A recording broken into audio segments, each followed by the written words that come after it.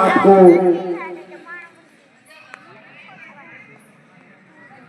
हे प्रभु, आपने दुष्ट राक्षस को लंके से कहा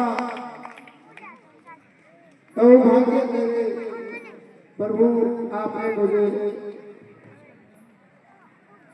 हे विभीषण जी, आज से हमारे लिए तो आप ही लंकेश्वर है, क्योंकि जो अभी लंका में राजा बनकर बैठा है वो अधर्म और अन्याय के मालिक है, और जो अधर्म और अन्याय करता है उसका अंत जरूर होता है। हे विभीषण जी, अब आप बताइए कि आप लंका में रहकर किस तरह धर्म की रक्षा करते हैं और किस तरह अपने धर्म परायणता को कायम रखते हैं, हमें बताइए। हे प्रभु, जिस तरह 32 दांतों के बीच में जीवा रहती है, उसी प्रकार मैं राक्षसपुर में रहकर अपने धर्म की रक्षा करता हूँ।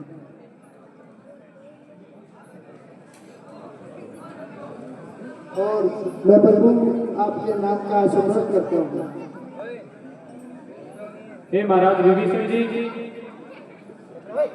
हम आपको वचन देते हैं कि जल्द ही उस दशकंदर को मारकर आपको लंकापति बनाएंगे, क्योंकि वो जो तुम्हारे भाई हैं उसने अधर्म और अनीति की है, और हम क्षत्रियों का धर्म है जो अनीति और अधर्म करता है उसको मृत्युदंड देकर यमलोक हम पहुंचाते हैं। हे प्रभु, ये तो आपकी कृपा है कि आप मुझे इस योग्य समझ रहे हैं। हे प्रभु, आने से पहले मैं लंकेश को बहुत समझाया कि देवी सीता को लेकर आपके चरणों में चला है, इसमें हमारी भलाई है, पूरे राक्षस की उसकी भलाई है। हे विभीषण जी, आपके आने से हमारी एक समस्या का और हल निकल जाएगा। हे विभीषण जी, अब आप हमें बतलाइए कि 100 योजन के सागर को किस तरह हम पार कर सके। हे वानरों के राजा सुग्रीव, हे कपिवीरों, आपके पास कोई उत्तम उपाय हो तो हमें बताइए। हे प्रभु, आप इनसे विनती कीजिए, ये आपको जरूर रास्ता देंगे। नहीं भैया, हम रघुवंशी हैं, हमारे स्वभाव में नहीं किसी से विनती करना। हम अभी अपने बाहुबल से और वनों की लकड़ियों से यहाँ पर पुल का निर्माण करेंगे और अभी 2 दिनों के भीतर ही लंका में प्रवेश कर जाएंगे। शांत रहो मेरे भाई, शांत रहो। हम रघुवंशी हैं, क्षत्रिय हैं, परंतु क्षत्रियों का एक धर्म है कि वो किसी निर्दोष प्राणी पर वार नहीं करते। हम शांति से और विनम्रता से सागर से रास्ता मांगेंगे, हमें आशा है कि हमें रास्ता मिलेगा।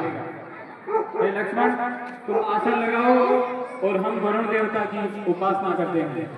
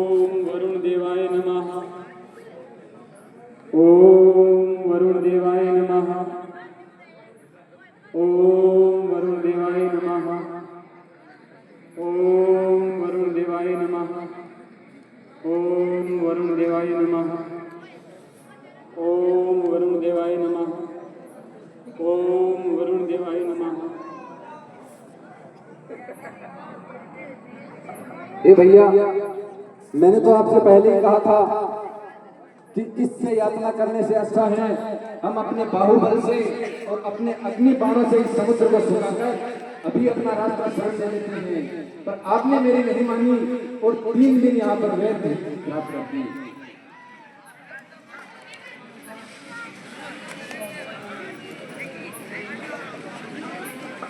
हे लक्ष्मण, अब एक क्षण भी व्यर्थ नहीं जाएगा। हे महासागर, भूतकाल साक्षी रहा है कि हम इच्छुक वंशियों ने सदैव पर हितकारी बनकर कुछ न कुछ दिया है, कभी किसी से कुछ मांगा नहीं, कभी किसी के आगे याचना नहीं की। आज राम रघुनाथ जी ने अपने अधिकार से कुछ मांगा है, कुछ आशा रख के तुम्हारी उपासना की है, सच्चे हृदय से तुम्हारी पूजा की है और समुद्र पार जाने में तुमसे सहायता मांगी है।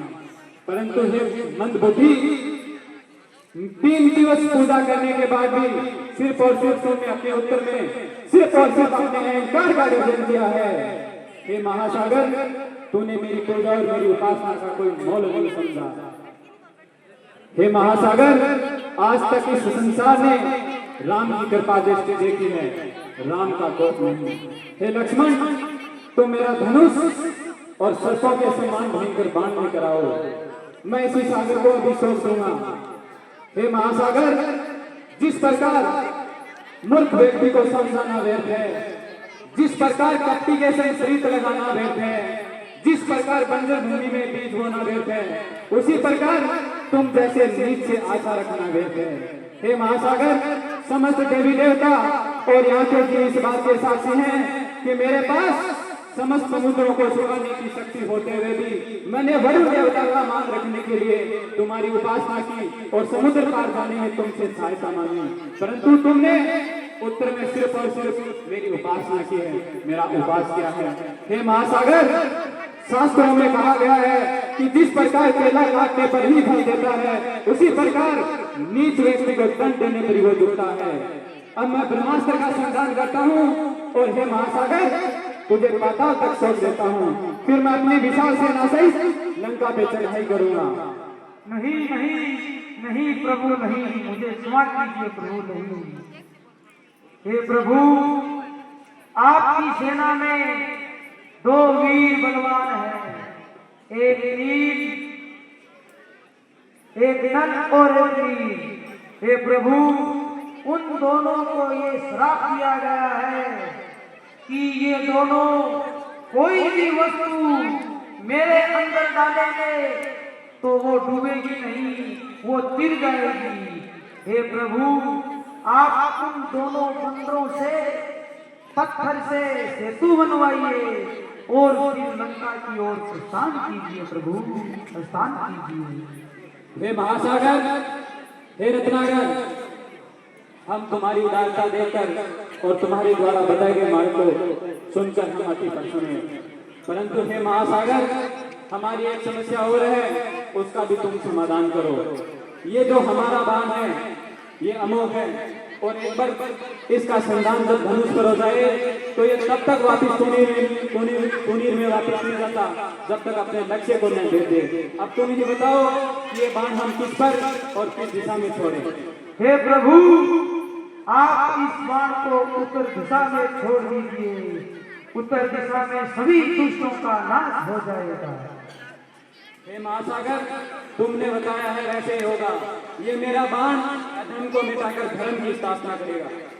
धन्य हो प्रभु, धन्य हो।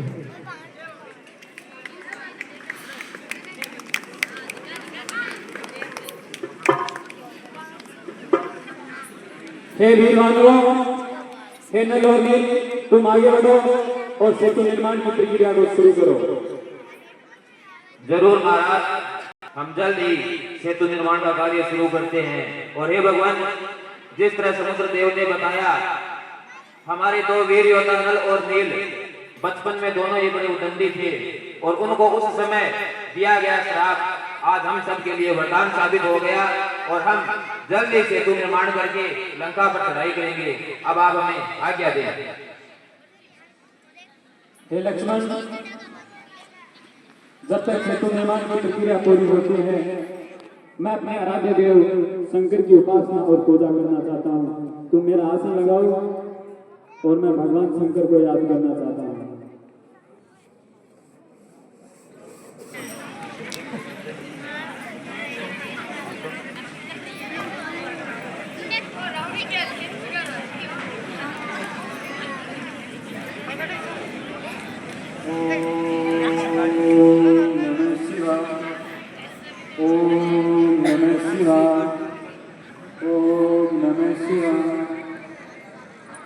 हे आराध्य देव, हे देवों के देव महादेव, अब हमें आशीर्वाद दें और हमारी सेना को लंका में सहायता प्रदान करने की आशीर्वाद दें।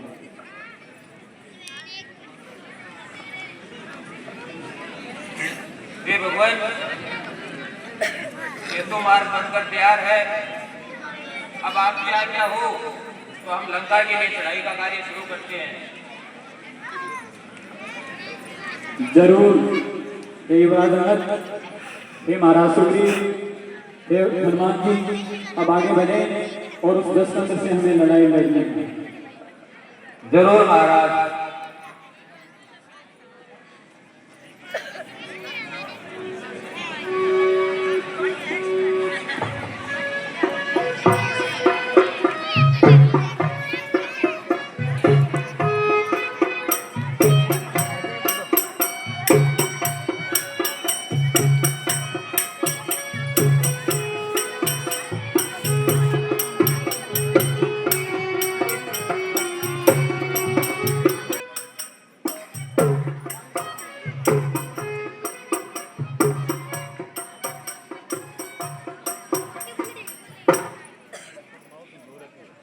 यहाँ पर पहुंच चुके हैं।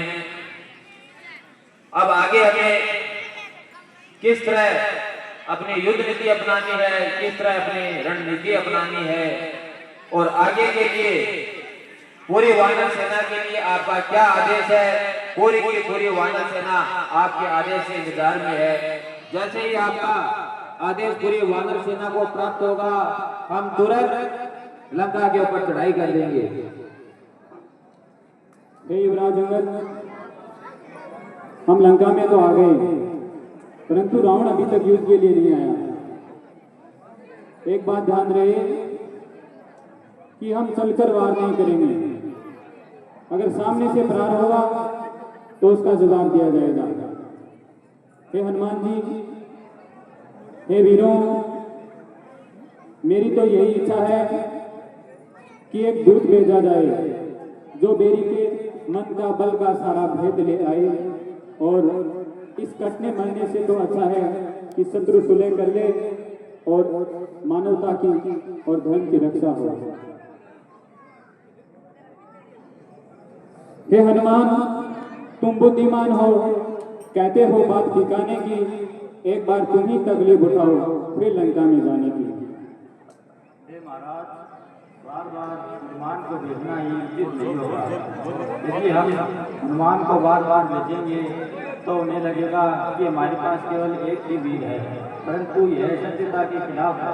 हमारे साथ वीर से एक से बढ़कर एक वीर है, अतः किसी और को भेजा जाए। मेरे अनुसार अंगद को भेजा जाए। हे प्रभु, जैसा कि हमारे वानरों के सरदार महाराजा सुग्रीव ने इस कार्य के लिए मेरा नाम लिया है, हे प्रभु, यदि आपकी आज्ञा हो तो मैं आपकी तरफ से एक बार अंतिम श्रेणी में आपका शांति दूत बनकर उस दुष्ट रावण को समझाने का प्रयत्न करता हूँ। और यदि आप इस कार्य के लिए मुझे योग्य समझेंगे तो मैं मानूंगा कि मैं एक भाग्यशाली वीर योद्धा हूँ जो आज प्रभु श्री राम की तरफ से उस लंका नगरी में शांति दूत बनकर जा रहा हूँ। हे युवराज अंगद, तुम्हारे पराक्रम और वीरता पर मुझे कोई संकोच नहीं, परंतु हे पुत्र, मैंने तुम्हारे पिताश्री को अंतिम समय में ये वचन दिया था कि मैं युवराज अंगद को अपने समीप बिठाऊंगा और अपने हृदय के पास रखूंगा।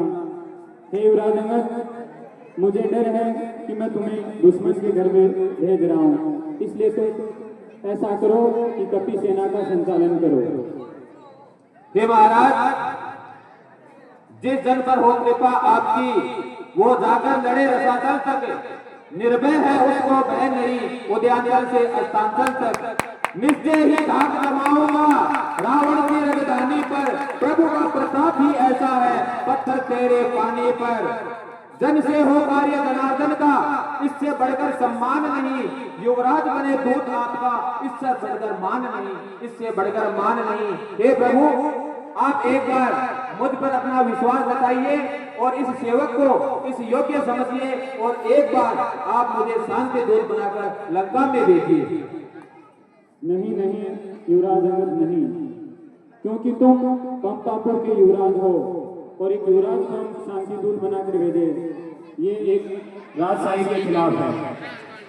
हे महाराज, मैं युवराज जरूर हूँ, किंतु आपका सेवक भी हूँ, और एक सेवक के लिए सबसे बड़ा धर्म यही होता है कि वो हर स्थिति में अपने स्वामी के वचनों की रक्षा करे और उनकी सेवा करे। तो इससे बढ़कर मेरे लिए कोई भी मान सम्मान नहीं होगा। तो अतः मैं एक बार पुनः आपसे प्रार्थना करता हूँ कि आप मुझे आज्ञा दें। ठीक है अंगद, हे अंगद, कुछ बल कुछ शक्ति तुम कुछ राजनीति उसे दिखलाते आना, अगर संभव हो तो सारा झगड़ा निपटाते आना। हे पुत्र, जाओ और विजयी भव। जरूर महाराज, मैं मेरी तरफ से पूर्ण कोशिश करूंगा कि वो दुष्टराज रावण एक बार समझ जाए और अपने कुल का सर्वनाश होने से बचा ले। किंतु अगर वो नहीं समझा तो वहां पर राम नाम का डंका मैं जरूर बजवाते आऊंगा प्रभु, जरूर बजवाते आऊंगा। अब आप मुझे आज्ञा दें। हे अंगद, जाओ और अति शीघ्र आना।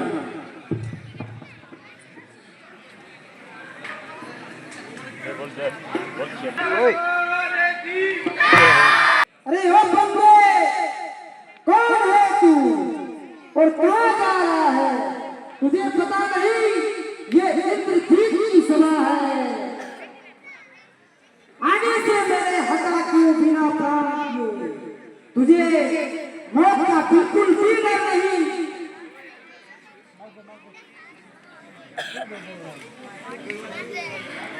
अरे आगे से तेरे हमें प्रणाम किए, क्या तेरा हम पर कर्जा है? हम उनकी कृपा से आए हैं जो स्वामी इस भूमंडल के हैं। अरे हम वानर राज काली के पुत्र हैं जो बल में अपने पूरा था। अरे तेरी क्या औकात, तेरे बाप रावण को क्या मारकर काट में जोड़ा था। अरे मैं गया देख तेरे सामने बाली पुत्र अंगद खड़ा है। आज तक तेरा कभी वीरों से सामना नहीं हुआ, आज मुझे दिखलाऊंगा कि वीरों की क्या परिभाषा होती है। खामोश! अरे हम राजेश्वर के बेटे हैं और तीर्थासों से भी बढ़कर है। हम शेरों से भी बढ़कर है, तू श्यारों से भी कमतर है। और दूध किसका बनकर आया है जो वन वन भटकते फिरते हैं और जिनकी सुंदर सी नारी इस लंका के बंदी घर में है। उनका गुलाम बनकर मृत्यु आया लंका नगर में है। बादशाह क्यों लेना चाहता है? ले आए हो कोई नारी को भिक्षुक बाबा बन चोरी से। तारीफ तुम्हारी कब होती जब रात में लड़कर सीना जोड़ी से। अब समय हमारा आता है, पैरों तुमको बदलाएंगे। तेरी गंगा में कर भीषण संसार सीता को हम ले जाएंगे। अरे हम उनके हैं धरती की पासे, पत्थर फिरते पानी पर आगे बढ़ाकर सेतु मार्ग देख तेरी राजधानी पर। अरे मेघना, तेरा कभी वीरों से सामना हुआ नहीं। ये देख अगर